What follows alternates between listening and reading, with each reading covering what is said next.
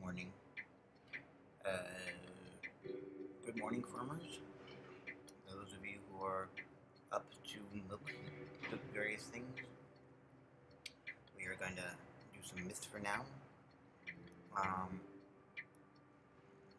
Yeah, I reminded the body electric scenarios going progressing, but I wanted to do something different. There's suspicion. There's thoughts. Oh, the mythmaker will explain. Welcome to Myths for Now, where we operate with the notion that myths are condensed educational tools, distilling centuries of trial and error into a sticky narrative meant to pass along to subsequent generations so that they don't have to do the same mistakes as their predecessors. Tonight, we will have for you a memorable epic poem about the time when, behold, the festering carcass of America wrought shoved into an ill-fitting suit, the sleaze of a command, the cowardice of a draft dodger, the gluttony of a parasite, the racism of a Klansman, the sexism of a back alley painted orange and paraded like a prize hog at a county fair. Not a president, not even a man.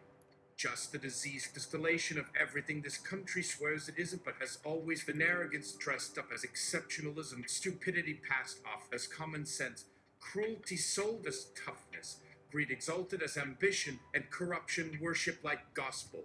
It is America's shadow made flesh, a rotting pumpkin idol proving that when a nation kneels before money, power, and spite, it doesn't just lose its soul, it shits out this bloated obscenity and calls it a leader. This leader, this king racist, straight out of Queens, had attempted for weeks to bleed the stones of American cities dry. With the blood of his citizens, only a tiny bit 88 of bloodshed is needed to justify the ending of democracy and the beginning of a nightmare that both sides of the aisle didn't vote for.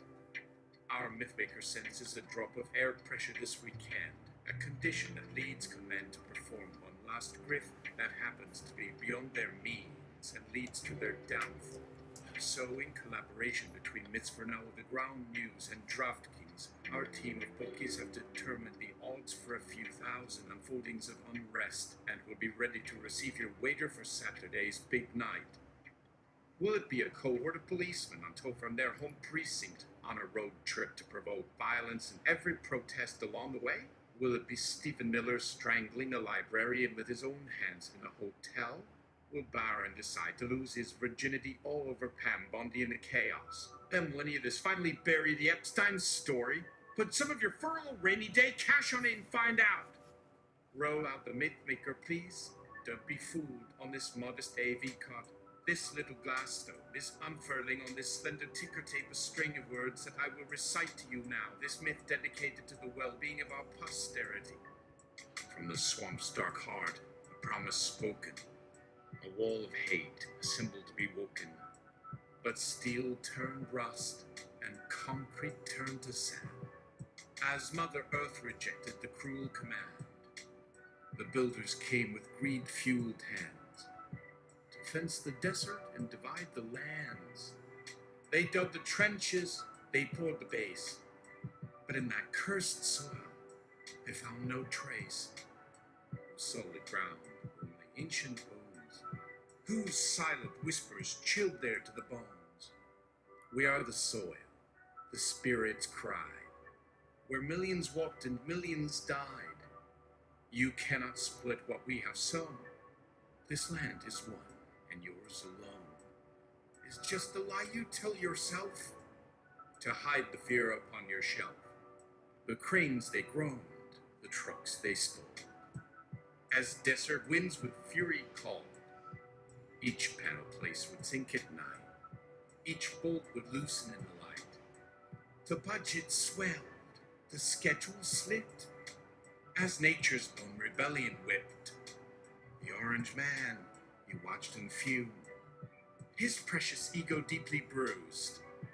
He screamed at AIDS, he cursed the sky. Why won't this simple thing comply? I am a king, my word is law. Why does this desert mock my all?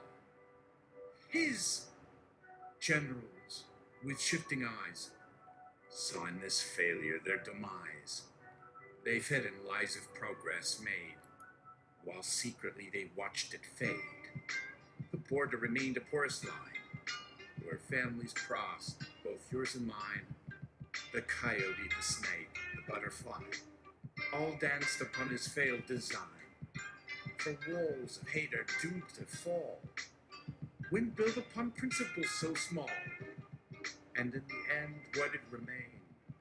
Just rust and dust and wind and rain, and one man's rage consumed by time, another failed and wretched crime. So let this be a lesson learned, when from the swamp next promises are burned, that greed and hate are flimsy things, compared to what a real future brings. The wall became a tourist trap, for people taking photos, perhaps, to remember when a nation lost its way, but somehow found the light of day. Now place your bets, good people, place your bets, before the orange man with his regrets unleashes chaos one last time, while we just stand and watch the crime. The odds are shifting, the board is live. With every sin that you forgive, another chance for truth to rise, and cut this cancer down to size. Myths for now will be watching. We'll be waiting for the outcome of this Saturday, and we hope you and yours are safe on this weekend's unrest. Good night and Godspeed. That was pretty concise. So what I usually do is I make a copy, I erase it, and then we what do you call it? Up the temperature, shall we? Let's make it at 285. There we go. And what I generally do is I do that. Come on. There you go. Roll out the mythmaker, please. Don't be fooled on this modest AV card. This little glass stone is unfurling on this slender ticker tape a string of words that I will recite to you now. This myth dedicated to the well-being of our posterity. They came at first in whispers, those shadows. A room was stitched from lies and fear, till they stood solid in the dying afternoon, beneath a sky the color of a fresh bruise. The first stones were thrown with hands like claws, hungry for the feel of impact, the shatter of bone. Storefronts became gaping maws of splintered wood, alarmed screams, a chorus of drowning cats. Then the gas came, ghostly snakes on cobblestones, searing eyes, scorching throats, a baptism in flame. Faces swam behind tear-smudged goggles, contorted masks of pure, distilled hate. And through it all, the kingpin watched on screens, fed on chaos like fine wine, a glutton of despair, picking his teeth with the splintered bones of justice, belching out orders in guttural grunts of power. He saw not human flesh, not mothers weeping, not sons bleeding in streets they once called home. He saw only fuel, a conflagration of his own making, a perfect stage to crown himself in ashen ruin. The Constitution was a napkin for his greasy chin, the Bill of Rights confetti for his braid of dread. His word, a rusty blade to sever threads of law, to bind the hands that dared to reach for light, and in the hushed apartments, behind locked doors, mothers swallowed Valium with trembling hands, fathers polished weapons with nervous energy, children cowered under blankets soaked in sweat, praying to gods they weren't sure still listened, for the dawn to break clean, for the sirens to cease, for this nightmare of orange smoke and broken glass to be the final spasm of a dying, fever dream. But tomorrow is a myth we tell ourselves, a fragile hope in a world of shattered facts. For this king-thing feasts on darkness, grows fat on dread, and his belly's a bottomless, aching void. The dawn arrived, but it brought no clean break. just a jaundiced light seeping through the smog, a sun the color of a faded photograph, staining the skyline with apathetic grey. The broadcasters, tongues practiced in the art of neutrality, spoke of clashes and civil unrest, verbs that danced around the meat of the matter, putting sharp bone, the state-sponsored terror, unruly crowds they offered, as if this was a rock concert gone sour, not a premeditated amputation of the nation's soul. In the gutter downtown, a woman in a hazmat suit swept glass from the stoop of a ruined bookstore. She moved with a strange grace, a dancer of debris, her faceless mask a mirror to the city's own. She found a child's drawing, half-charred, a crayon sun smiling over a stick figure family.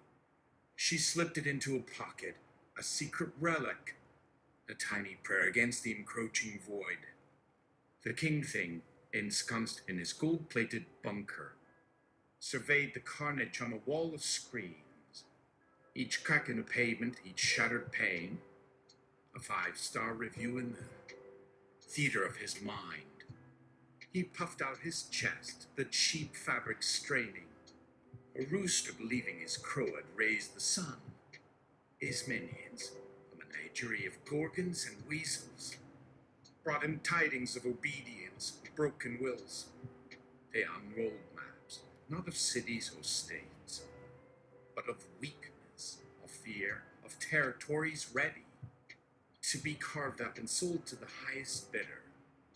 Sir, one of them hissed, his voice like shredding paper. The chatter has died down.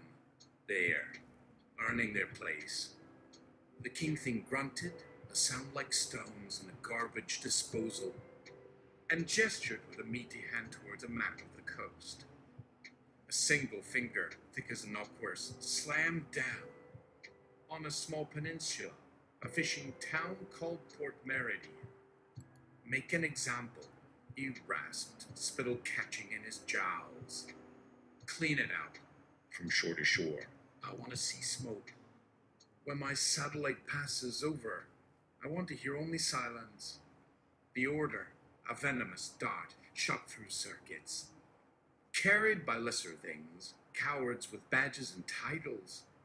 And in Port Meridian, where the air smelled of salt and cod, where old men mended nets and boats rocked like cradles, the phones began to ring. First, a trickle, then a flood. One call, then 100, each one a seed of poison. A man who'd argued about a parking space last year was suddenly an insurgent. A woman who'd complained about noise from a neighbor's party was labeled extremist. A family, new to town, their customs a mystery, was painted with a brush of terror. The mythmaker's ticker spools faster now, frantic. The air pressure plummets. The command is on the ropes. But desperation sharpens the claws. The final grift is not money. It is memory. He is wagering everything to become the only story left. The stakes are no longer just the streets. The wager is truth itself. The odds of a single lie consuming a nation's entire history have now been posted. And in the silence between the ringing phones in Port Meridian, something ancient stirs. The old man on his boat, hand over his eyes, isn't just looking at the horizon. He is watching for the shape of the tide, a whisper of water that has seen. Empires dissolve, that remembers the sound of the first footstep. On cold sand, the wager is placed. History holds its breath. The summons arrived not as a knock, but as a seeping draft. A cold dread pulling on the doorstep of each named soul in Port Meridian. It was sealed with the greasy thumbprint of the stay. An invitation to a party where the guest of honor was the self. The old salt on his boat, Captain Sealers, saw them first. Not the trucks. not the gleam of black armor on pale morning streets. He saw the birds, a vortex of gulls screaming, rising from the rocks in a panic. That had nothing to do with a school of herring. It was a terror of the earth itself, of the very air growing teeth. The first door belonged to Mrs. Albescu, the new woman from the old country, who made a yogurt so tart it could clear a foggy head. Two figures, their faces black mirrors, stood on her porch. They did not speak. They pointed. Her name, though garbled by a helmet-encased voice, was unmistakable. She did not weep. She picked up a cast-iron pan, the one. She used to fry sarmail, its handle darkened by 1,000 meals. "Da," she said, her voice calm. "As the eye of a storm, I am ready." They led her to the town square. Others appeared, summoned. From their quiet lives, the parking lot augur, his face a knot of confusion. The teenagers who played their music too loud, their swagger now gone. They were herded, not with prods, but with posture, with the sheer. Weight of weapons pointed not at them, but at the space around them. A force field of intimidation. The square, usually filled with the chatter of farmers' markets, was now an amphitheater of shame. The king thing watched on his screen, a close-up shot, provided by a drony cold, the peacemaker. He saw the fear, the confusion. It was good, but he did not see the currents beneath the surface. He did not see Captain Silas, his boat now moored, walking slowly toward the edge of the crowd. He did not see Mrs. Albescu, her grip on her iron pan, shifting subtly from a burden to a weapon of defense. He only saw numbers, enemies, threats to his porcelain throne. The commander of the peacemaker team, a man whose neck was thicker than his forehead, addressed the huddled forms. His voice was a flat, digital buzz stripped of humanity. "You have been identified as contributors to social unrest," it said. "Mend your ways with reparative labor. Begin by dismantling." This den of subversion, he pointed a gloved finger at. Baloo and Anka, the town's oldest pub, teared apart, board by board. A silence fell, thick and heavy as an oily sea. Then, a voice cracked from the back of the huddled group. It was Billy, the guitarist from the noisy upstairs apartment. "To hell with that," he said. Just that. Small, clear. A single stone, dropping in the still pond. The commander's helmet tilted. That is an act of defiance. An escalation. He raised a hand. A single armored soldier stepped forward, a baton raising like a conductor's baton. And that's when Mrs. Albescu moved. Not with rage, with a simple, weary precision. She did not swing the pan. She placed it on the cobblestone. At her feet, a hard, hollow sound echoed in the square. It was the sound of a tool being laid down, a work song ending, a refusal. The soldier paused, his programming momentarily scrambled. By an input it did not contain, the language of peace, refusing the choreography of violence. Captain Silas watched. He saw the line she had drawn in the dust, not with a finger, but with the absence of an action. It was a line the camera drone could not see, a line of mythic significance, as old as the tide. "You are no soldiers," Silas's voice, rough with salt and decades, carried across the square. "Soldiers have enemies." "You only have tasks, and a man should never love a task more than he loves his own reflection in his neighbor's eye." The commander turned towards the sound, his arm raising again, this time aiming a rifle. Another one stepped up beside him. crowd in the square was changing. The fear was not gone. But it was no longer liquid. It was solidified, becoming a wall. One by one, they knelt, copying Mrs. Albascu's example, kneeling on the cold stone, some with work-worn hands on their knees, others with young, uncalloused fingers trembling. They were not protesters. They were not warriors. They were the human contents of the town, now refusing to be shuffled. The ticker tape on the mythmaker's court whirs violently. A new entry appears, not an event, but a concept. Passive resistance, when the body becomes a sacred site. Its very stillness is a fortress. The king thing on his screen saw only a breakdown in procedure. A flaw in the machine.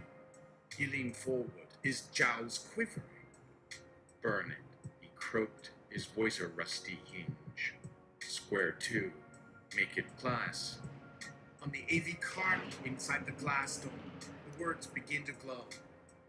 With a faint, ethereal light that defines the physics. The air in the room crackles.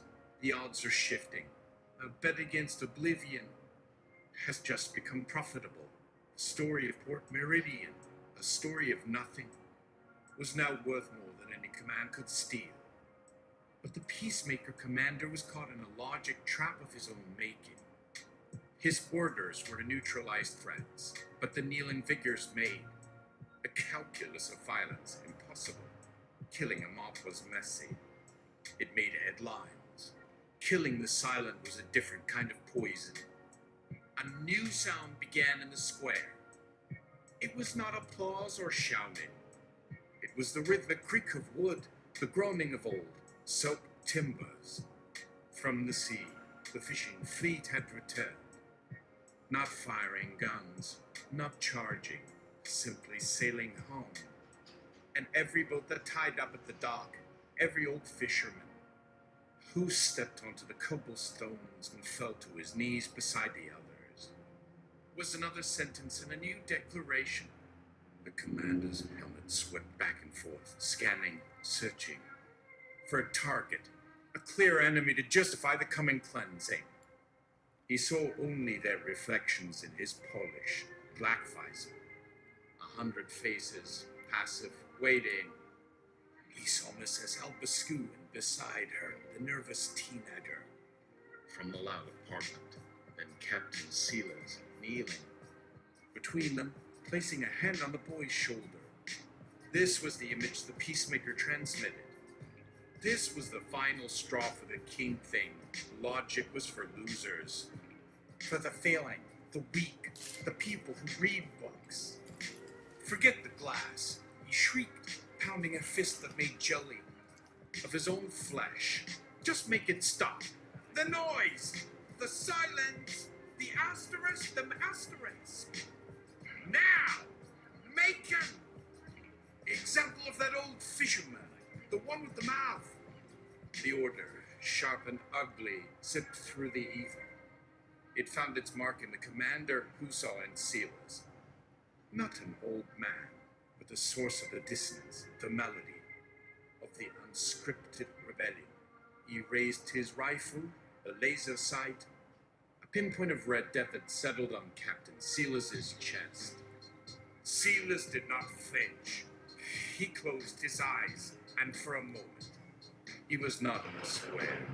He was in the endless rhythm of the tide, pulling and pushing the memory of salt in his veins, the sigh of wind against a canvas sail.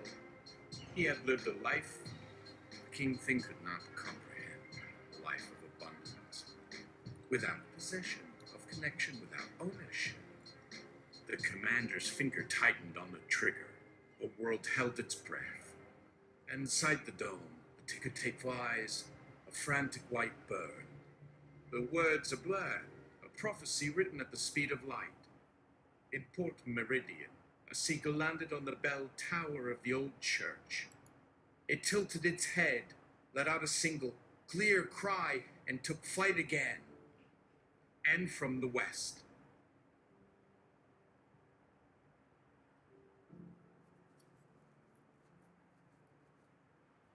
Over the grey hills, a wind began to rise. It was a special wind. It did not carry rain or heat or cold.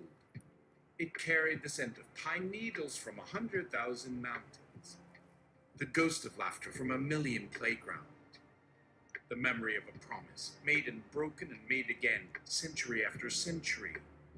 It was the wind of everything the king thing was trying to bury. As that wind swept into the square, Mrs. Albusca began to hum.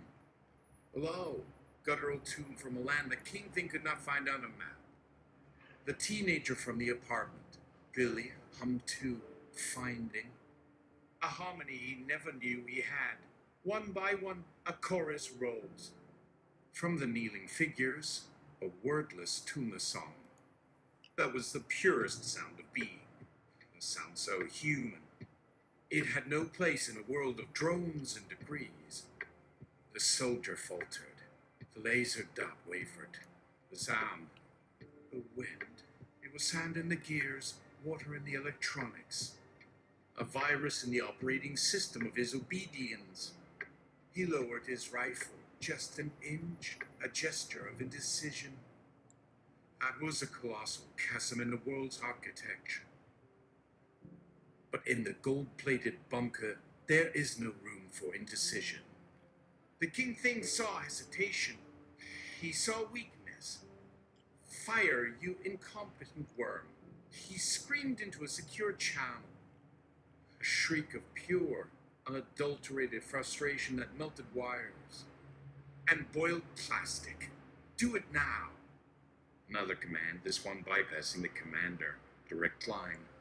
To the armor-plated soldier, an override, a kill order for a kill order. And the soldier, a machine drowning in human static, obeyed the clearer signal. His finger, no longer his own, squeezed the trigger. But the wind was at God that moment. It wasn't a gale, just a sudden, decisive gust that swept across the square, kicking up dust and salt in the grid of resilience. A perfect swirl of it caught Captain Silas's flannel shirt. At the exact moment the bullet was meant to strike, pulling him just a fraction of an inch off the mark. The shot fired. It cracked the air like the world's bow. But it did not find a home in a human chest. It slammed, hot and screaming, into the great bronze bell, hanging silent in the church tower. Hey, bell not rung for 60 years. Rung only to announce the beginning and end of terrible wars. And at the touch of the bullet, it sang.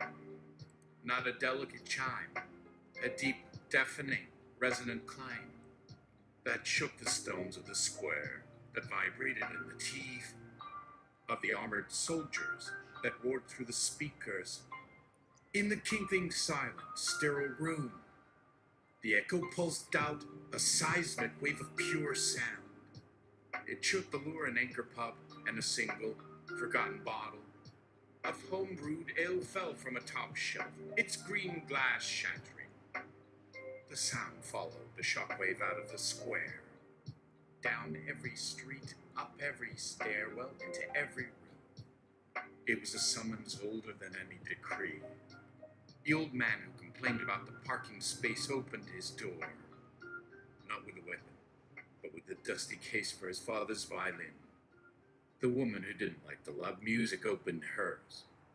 Holding up her phone, its screen displaying a live feed of the square, not with shock, but with a sense of dawning purpose. The command to tear down the pub lay dead in the square. Next to the command to execute an old man, both were now just noise, buried by a single perfect, impossible note. On the AV cart, the glow inside the dome becomes blinding. The ticker tape no longer spools words, spools raw, golden light. The myth itself is achieving critical mass. It is no longer a story being told. It is a story that is... And in the heart of that light, a single new word etches itself onto the glass, burning from the inside out, resonant.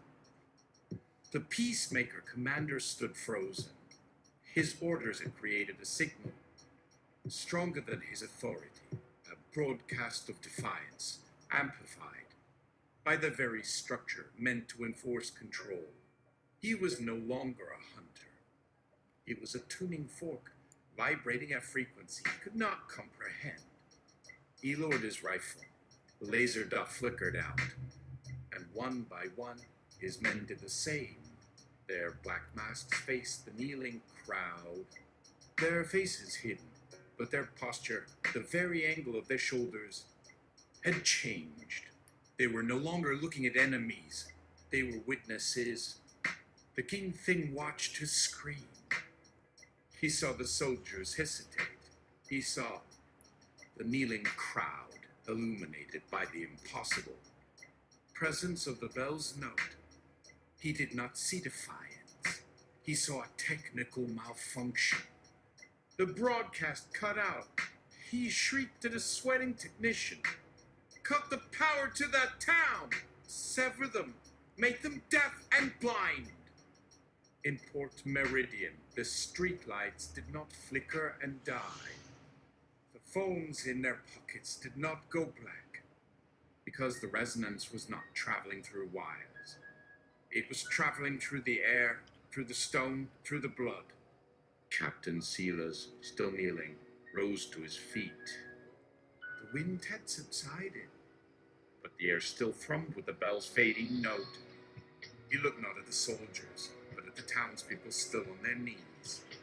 He looked at Mrs. Albus, who was now smiling, a small, private thing. He looked at Billy, the guitarist, whose eyes were wide with a terrifying and beautiful clarity. And Silas began to walk, not towards the soldiers, not towards the church. He walked into the center of the square, to the spot where the bullet had diverted, where the world had pivoted. He knelt one last time, but not in surrender. His fingers, gnarled and stained from a lifetime of nets.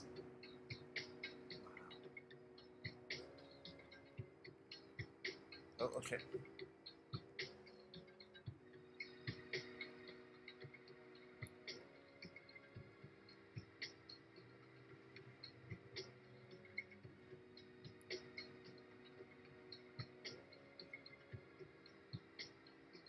And ropes. Gently brushed the cobblestones. He picked something up. He held it up for the town, for the soldiers, for the invisible eyes watching. From the sky, it was the slug from the rifle. Mangled, flattened, its purpose unmade, boiled down to a useless lump of lead. He then took the cast iron pan from Mrs. Albus, who offered it. Without a word, he placed the useless slug inside the pan. And with a sound that was the twin of the bell's dying echo, he rang the pan with his knuckle, asterisk ding. It was a joke. It was a prayer. It was the end of the world as a weapon.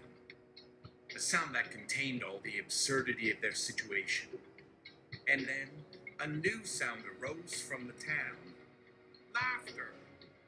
It started small, a single chuckle from Billy the guitarist. Then Miss S. Albus let out a rich, rolling laugh. It spread, a contagion of joy, rising from the stones where fear had just lain. 100 people, on their knees in a threatened town square, started to laugh. They laughed at the lead slug and the frying pan. They laughed at the deafening bell. They laughed at the armored statues, confused by a sound they couldn't shoot. It was not a happy laugh. It was the laugh of the utterly free. The laugh of people who had looked into the void of the king thing's power and seen that it was small, that it was nothing more than noise and spite. A poorly constructed puppet show with all the strings showing. Stop talking about penis. The laugh was the ultimate act of defiance. You can't intimidate a sound that mocks your very existence. And inside the glass dome on the AV cart, the golden light solidified. The ticker tape, the myth itself, coalesced into a single, perfect object. A seed, planned, but of an idea, store-soaked kernel of pure, unadulterated resilience, a single, potent myth that could be planted in the barren, salted earth of the king things America. The broadcast cut out, not because the switch was thrown, but because a laugh is a signal the state cannot process. It is white noise. It is a system error. It is the one answer that unravels every question. The week that followed was a myth in the making, whispered from coast to coast. They called it the laughter of Port Meridian. It spread not on the official news feeds, which spoke of an equipment malfunction, and civil disturbance protocols successfully de-escalated. It spread like a rumor. Like a tune you can't get out of your head. It traveled in text messages with a single attached image, a blurred shot of Captain Silas holding the iron pan, a useless slug glowing in its center, like some strange metal yoke. The first copycat act was in a city choked with smog and desperation. A line of stormtroopers faced a crowd outside a bread line. No one knelt, no one threw a stone, and a single man at the front, his face hollowed with hunger, simply began to tell a long, complicated, and utterly ridiculous joke about a giraffe in an elevator. One by one, people around him started to chuckle, then to guffaw. The humor was absurd, irrelevant to the batons and guns aimed at them. And that was its power. The soldiers, trained for riots, for screams and rage, found their programming flickering. The adrenaline of their anticipated conflict had nowhere to go. They stood there, clutching their weapons, buffeted by a wave of pure, illogical joy. Within an hour, the breadline had become a comedy club, and the stormtroopers were just another reluctant audience. The king thing, watching the footage, was apoplectic. It was worse than resistance. It was disrespect. Laugh them off my screen, he screeched, spittle flecking the monitors like a sudden, greasy rain. Send in the clowns. His aides, always eager to please the beast, misunderstood entirely. The next day, a fleet of garishly painted vans arrived at a protest outside. A shuttered factory in the Rust Belt. They deployed not soldiers, but authenticated, licensed court jesters, juggling, jokes, seltzer water. It was a disaster of historical proportions. The jesters, seeing the determined faces of the workers, laid down their rubber chickens and began handing out bottles of water instead.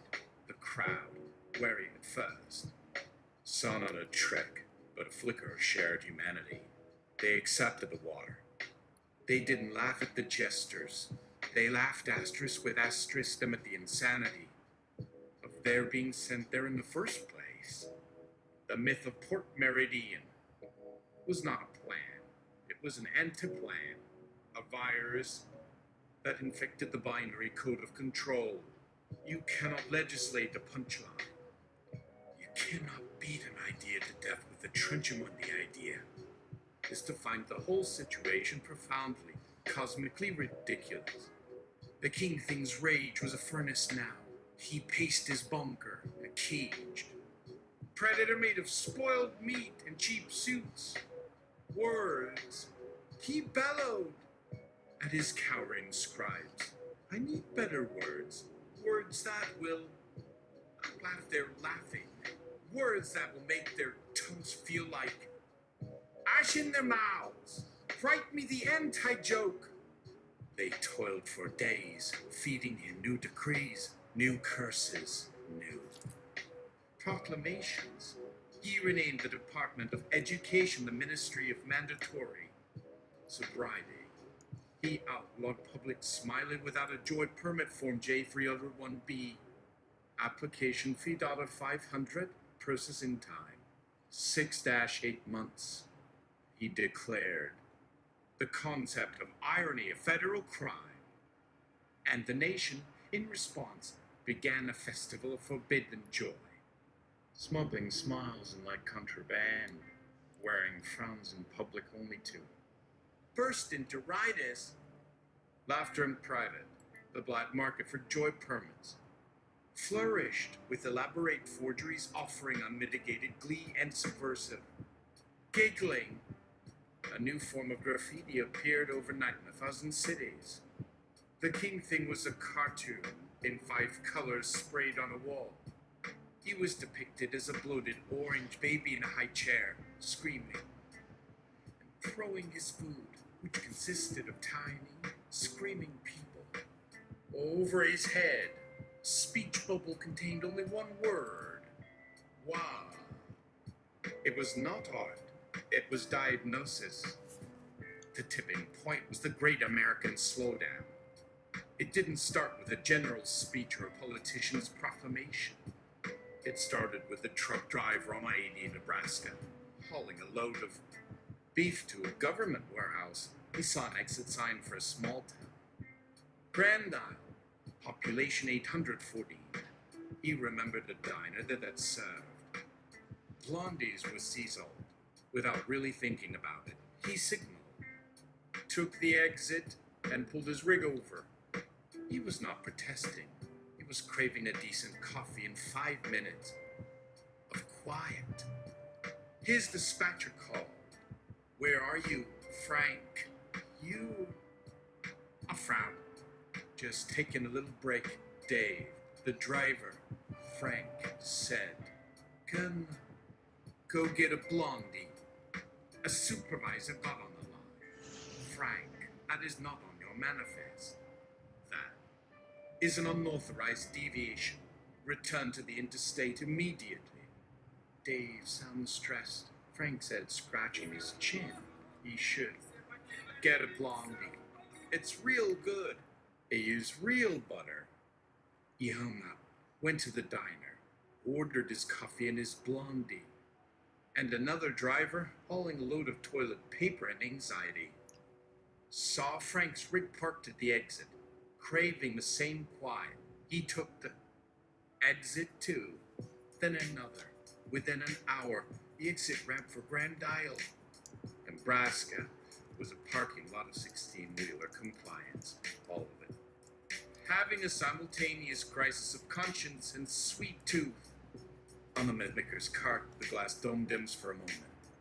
Then, inside, the tiny seed begins to sprout, not with green leaves, but with fibers of light weaving themselves together into a tapestry of interconnected highways, of glowing trucks, of shimmering city streets. Suddenly falling still, the seed of Port Mur. Idiom was growing. The king thing saw it on his map. A single, blinking red light of anarchy on I-80. Deploy the Hornets. He roared. Clear that road. A contingent of armored vehicles, his Hornet unit, was dispatched. They arrived to a scene of unnerving calm.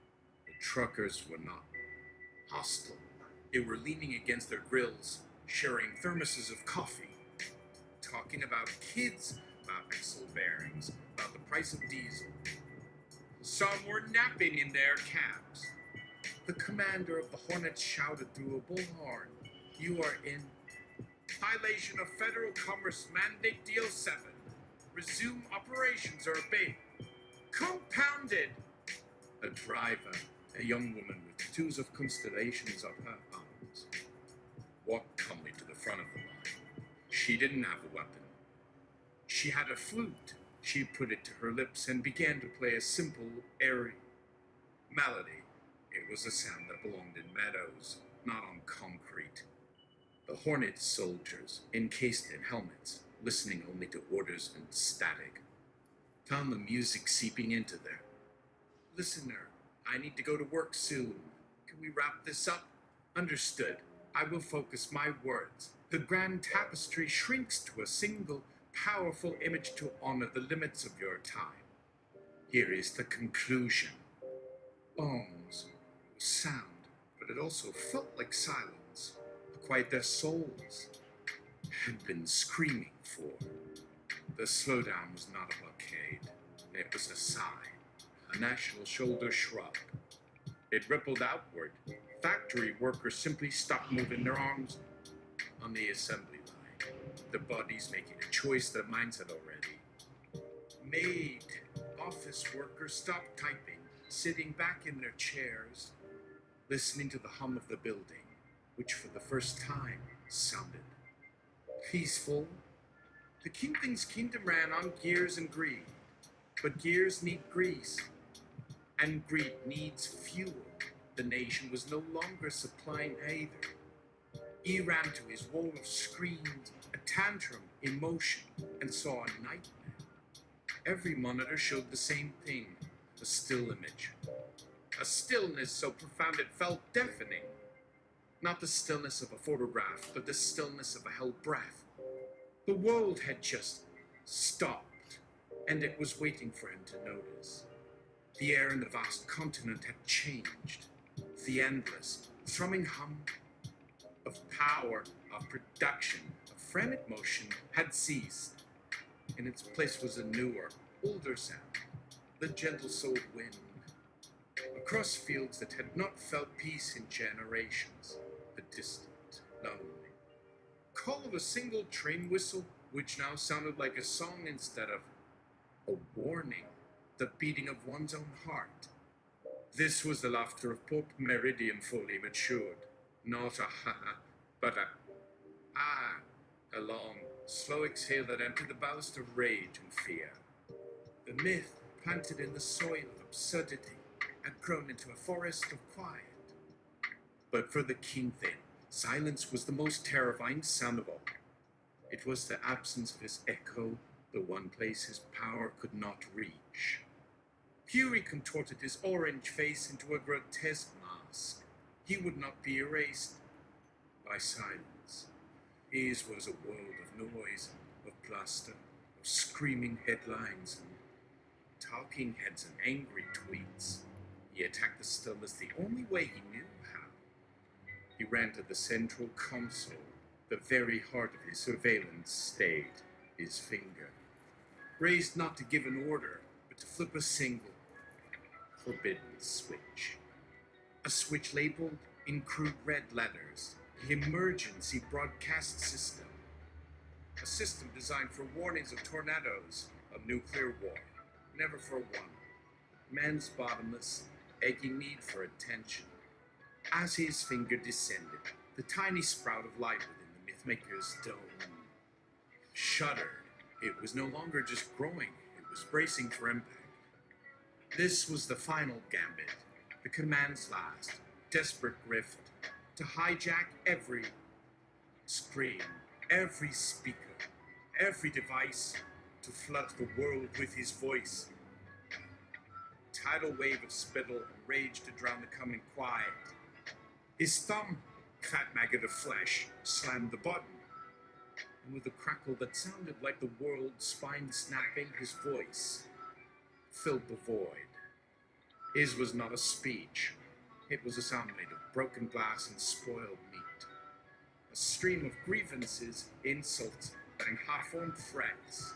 It had no rhythm, no logic, only momentum, the force of a thing falling and breaking forever. You see, they hate you.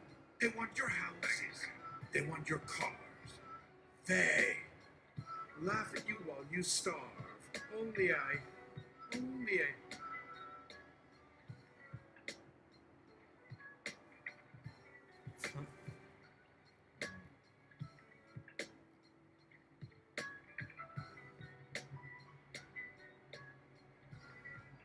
Okay, well, you know what? We'll consider that done. Because that can go way longer. I just wanted to do one more.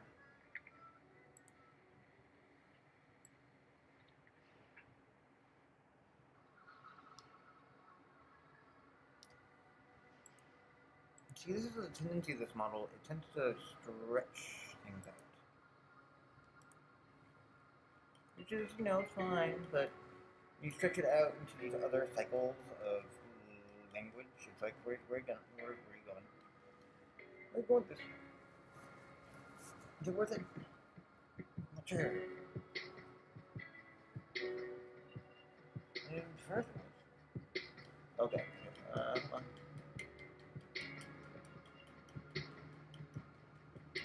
That is long.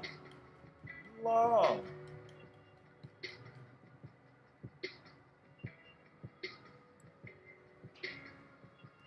Alright.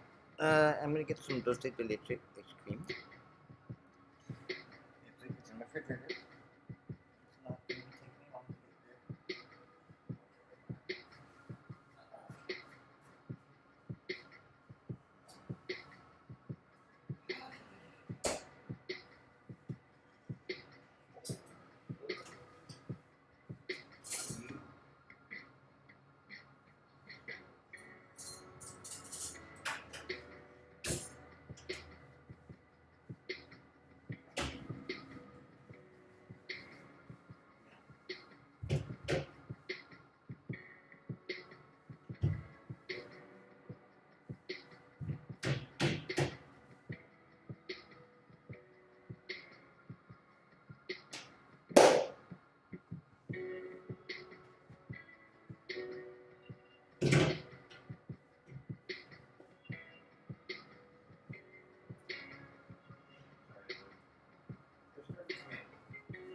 Gotta deal with it. Get some work ethic. Anyway, now, sorry, I had to try to kill a roach, but I failed. I'm gonna get some work ethic, and you know, after this broadcast, I'm gonna go get it after this broadcast, finally. Anyway, sorry. Here we go. Last one.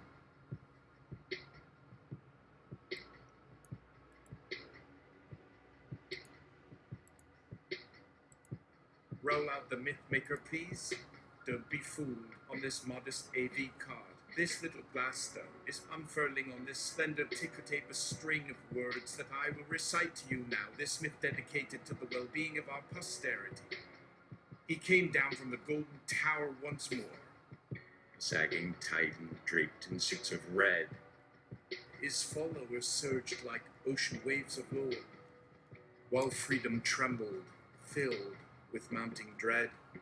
His voice was rust and sugar, cheap and sweet, upon the breath of those who claimed despair. He claimed the soil was poisoned at its root, that darkness gathered, thickened in the air.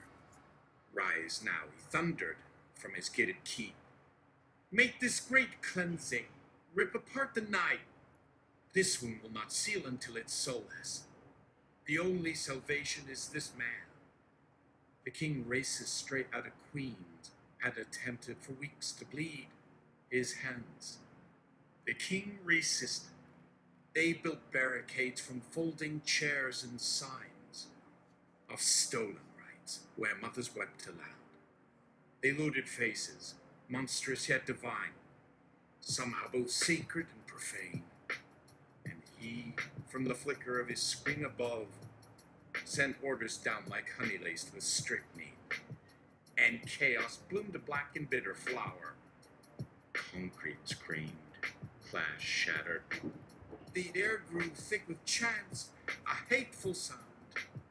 The sacred ground defiled, trampled, made sour. A mirror was held to the Republic's face, but the reflection grinning back at gargoyles' grace. Not the myth they claimed, not the savior they desired, but the cancer that in every empire grows unnamed. The rot set deep, long in the nation's bone. King made from their weakness on the stolen, crumbling throne. The story ends as tragedies are wont, not with a bang, but with a whimpering recount. He shrinks away, the scream into the night, his gold-peppered hair once more catching a studio light, and the loyal follows, released now from his spell, wander home through the debris of their own private hell. Still murmuring lies heard over screens, and wondering who won, if a victory meant a world broken open. But still, somehow, somehow is still theirs to claim by dawn. Or perhaps this is just Act Roman 2. To place your bets with our bookie, Mythanon, who said there was anything wrong.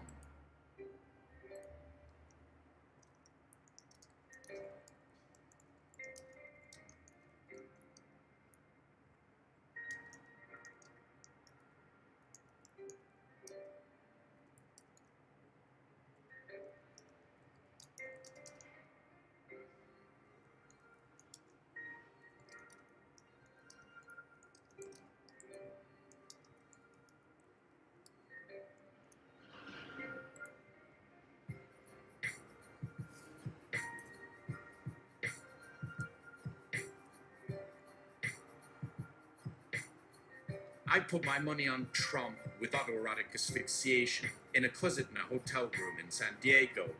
No one can see him cry. Myths are the language of a civilization's deep truth, and our civilization deepened that same night. There are consequences to what we say. I would caution you to be careful out there, Mythanauts. May the mythmaker continue speaking. The air in the recording studio tastes stale coffee and ozone. A taste I hate because it's what lightning leaves behind. A smell both sterile and final. I watch the red light on the mic go dark. The hiss of silence fills the headphones. My producers, Sasha and Marco, are already sliding their glass doors open, their practiced, blank expressions betraying just enough relief that it makes me want to go another hour. Marco holds out his phone, a screen full of notifications, a new record for light bets. Everyone wants a piece of the apocalypse on Sunday night. I pull on my worn leather coat, the sleeves soft and crinkled where my hands have rested thousands of nights just like this one. Stepping out into the alley behind the station is always a system shock. The city breathes its own air, thick with exhaust fumes and grills.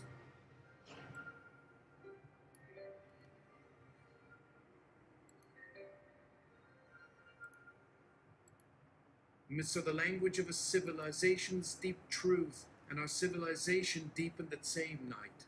There are consequences to what we say. I would caution you to be careful out there, Mythanauts. May the mythmaker continue speaking.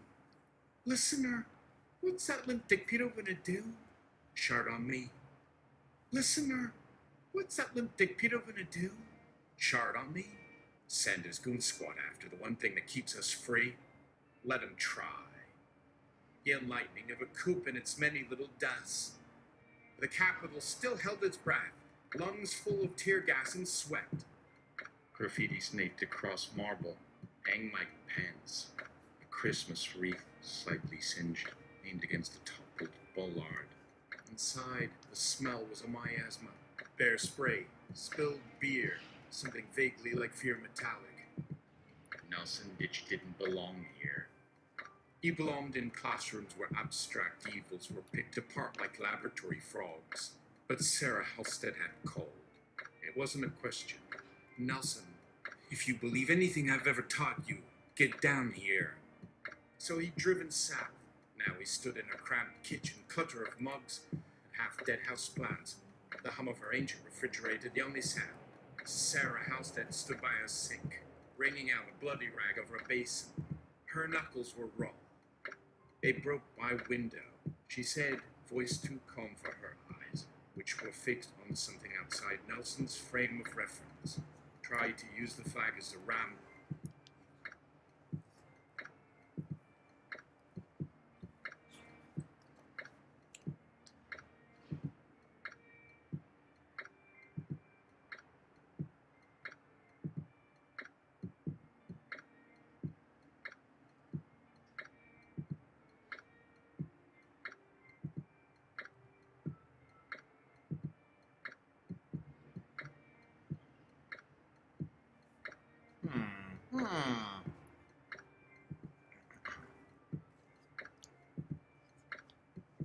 Hello? Hello?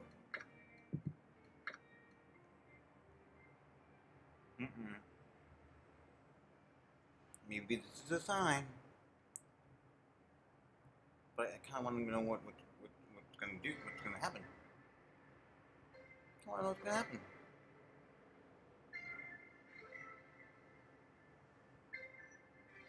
start. And then we'll do that generation, and then we'll be done.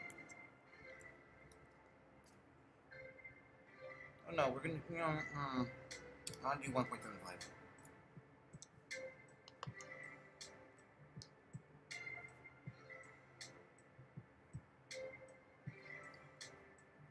I want to get it to like, I want to show you gibberish. A little bit of gibberish. I mean, you've seen it. You've seen it before in your own travels.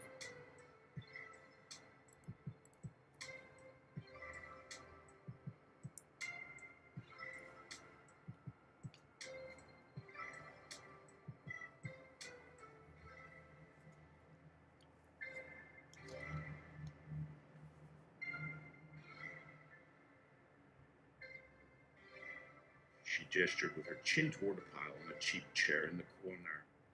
He recognized the pattern. 13 stripes, 50 stars. Now, the stars were smeared with rust-red mud and what looked like chili. The stripe at the very top, the red one, was torn in half. On the armchair, next to the ruined flag, were other artifacts of the day. A crumpled Gadsden flag with a coffee ring spreading across the "Don't Tread on Me." A stolen lectern nameplate someone had tried selling online before being caught. A zippy stiff with what he hoped was just dirt. That's a crime scene? An art installation? A prayer rug for idiots? She didn't turn around. I'm not done sorting my feelings about it. Sit, Nelson. Drink your coffee. The ceramic mug in front of him had a portrait of RPG with her devil horns drawn on in sharp eye. So much for our post-racial society. She murmured, still focused on the window pane's ghost. Then, as if emerging from a dive, she turned her full attention on him, looked so sharp it could flay. You want to see something funnier? She rung, maged through a file folder, and slammed a single-page document on the table between them. It was a photocopy, quality like a cheap forgery. On it, stamped a bureaucratic red. Revision 23B. Supplemental materials. Curriculum. Pappas History. Unit A. Approval. The Florida Department of Education.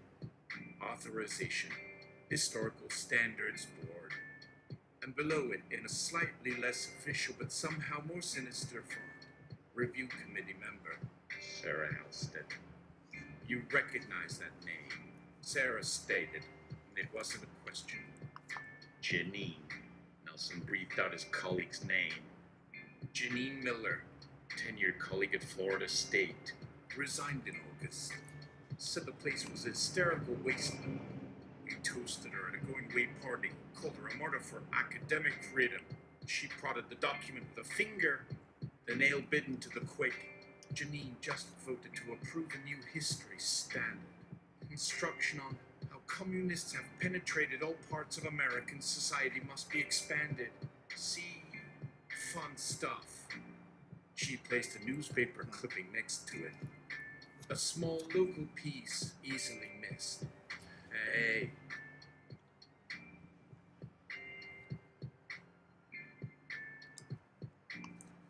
Protest at a public library in Fort Lauderdale. A camera tester thrown into a planter. A restraining order. And in the lead photo, a flash of recognition. A portly face, perpetually flushed as if from constipated rage. Janine's husband. He had his hands around the librarian's throat. Sarah whispered, her voice losing its academic armor, becoming something small and threadbare. The article calls it a scuffle. The librarian's name's Elena Vega. She gave him her copy of Us Beloved. It was before he did it. To improve his cultural literacy, she claimed. The house fell into a deeper humming silence, the fridge working harder. It was too much. Not the breach of a building, but the quiet, methodical demolition happening state by state from school board meetings and library conference rooms. There's something about Stephen Miller, of all ghouls, strangling a librarian was knocking around a news aggregator, where the odds Benton would take on something so specific being true. He won't do it here. she said. He's already lost moral ego, spiritually, if not getting dollars from whatever his weird German accountant finally comes to understand his fraud. He's broke. But then... Okay. One more. 1.75. 1.75.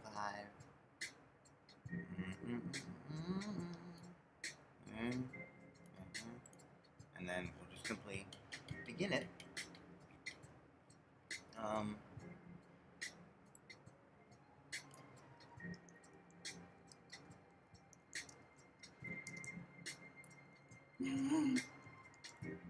We'll see. It's probably not gonna. Probably not gonna do it. Probably not gonna do anything. So I'm just gonna leave it.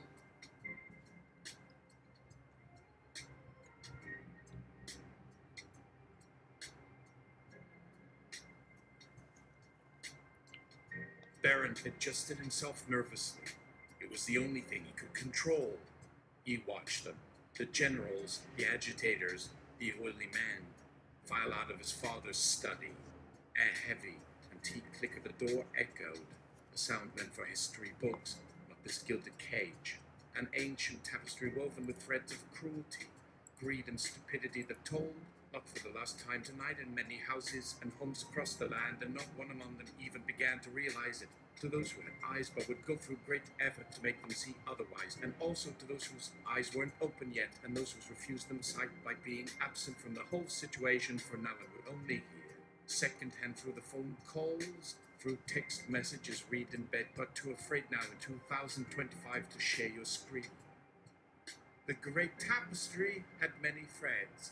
White supremacy and Christianism in particular liked to hang the closest together to it, and being two of the thicker cords woven more crudely into its warp and weft gave great heft and thickness to the larger composition, which would, given a bit more slack at its ends in the coming days perhaps, and more weight still added by a further pulling and snapping off, finally bring down its entirety upon...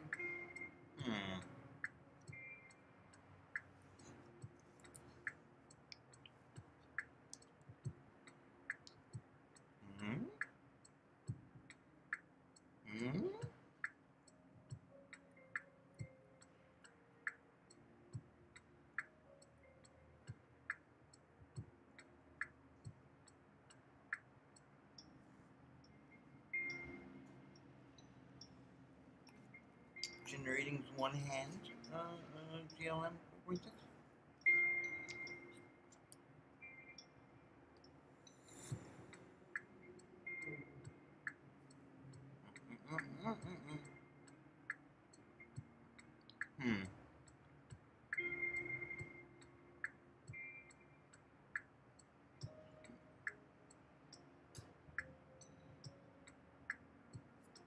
Okay, I'm gonna give it 10 more seconds.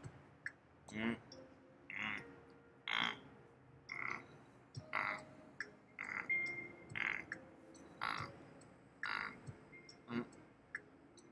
this will be the last one.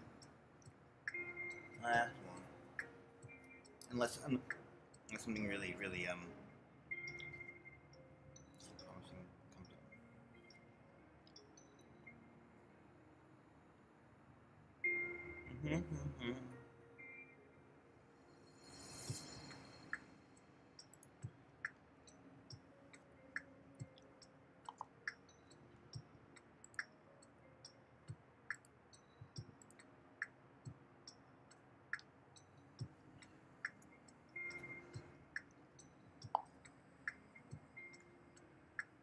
A stunned and silent world who saw it every day but never really got the measure of it, never understood just how deep-rooted its story went. The bigoted faith could be found hanging all over it, and in the end would have to be unwound from its entirety strand by strand.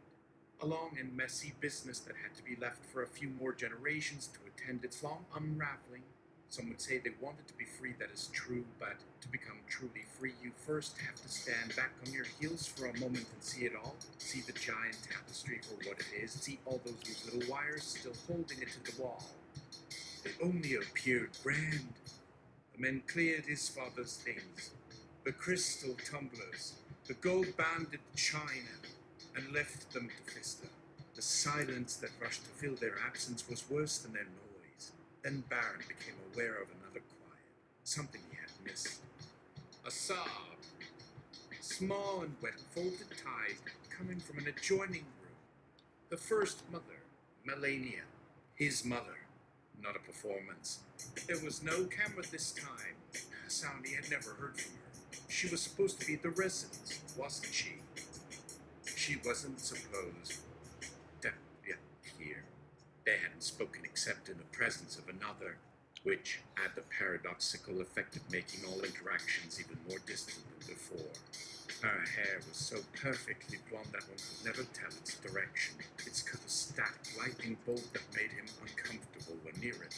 Yet through a narrow opening of what Barron remembered, at least from his visits here from a younger age, was a small library, a sliver of a slice of what had become something like an extended apartment within the house's many wings. She would always be a visitor they could not explain. And for him, these memories made all subsequent realities. This, like some distant dreamland from earlier, simpler days he tried, sometimes on a nightly basis as the hours grew darker, to get back to somehow and could still just manage, even when trying to remember with extreme focus on how the walls were painted and the quality of the air on certain mornings, if he remembered correctly, to get into it. But that room was usually closed.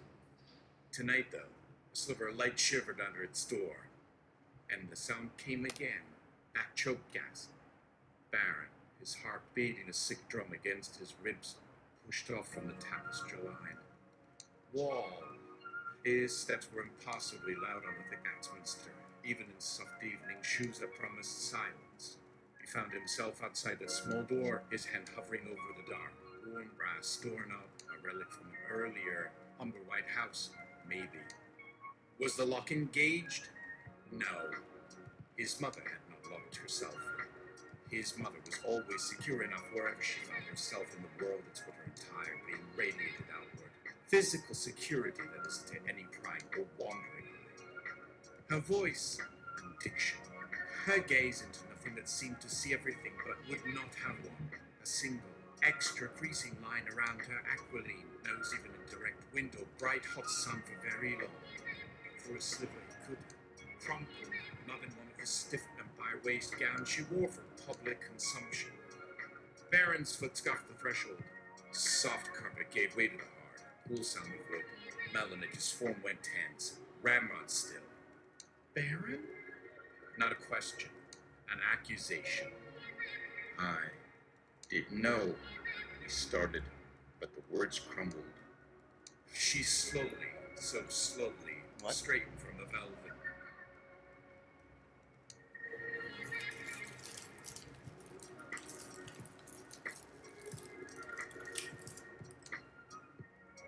Wingchair, brushing down a simple linen dress the color of oatmeal, a fabric he associated with people who lived lives connected to the soil, people who made things with their hands.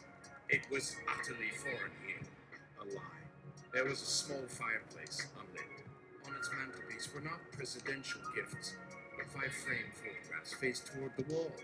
A strange, chaining arrangement. Come inside, she said. Her voice was scraped raw. A thing to be used, not admired. He obeyed, stepping over the threshold. The air here was old book smell and something else, a faint, sweet scent of decay, like pressed flowers forgotten in a drawer. Here, her carefully constructed facade, the millennia of the covers of public view, had completely dissolved. No mask, just this. You shouldn't be here, she breathed, one hand on a low bookshelf with its small cluster of Slovenian poetry and an oversized art monograph. Her index finger lightly played atop the book she had laid flat. She was taller than him. He always forgot in his occasional flashes of hatred the difference it seemed then to make. This time, it felt immense, a vertiginous scab. Closed the door. When he did.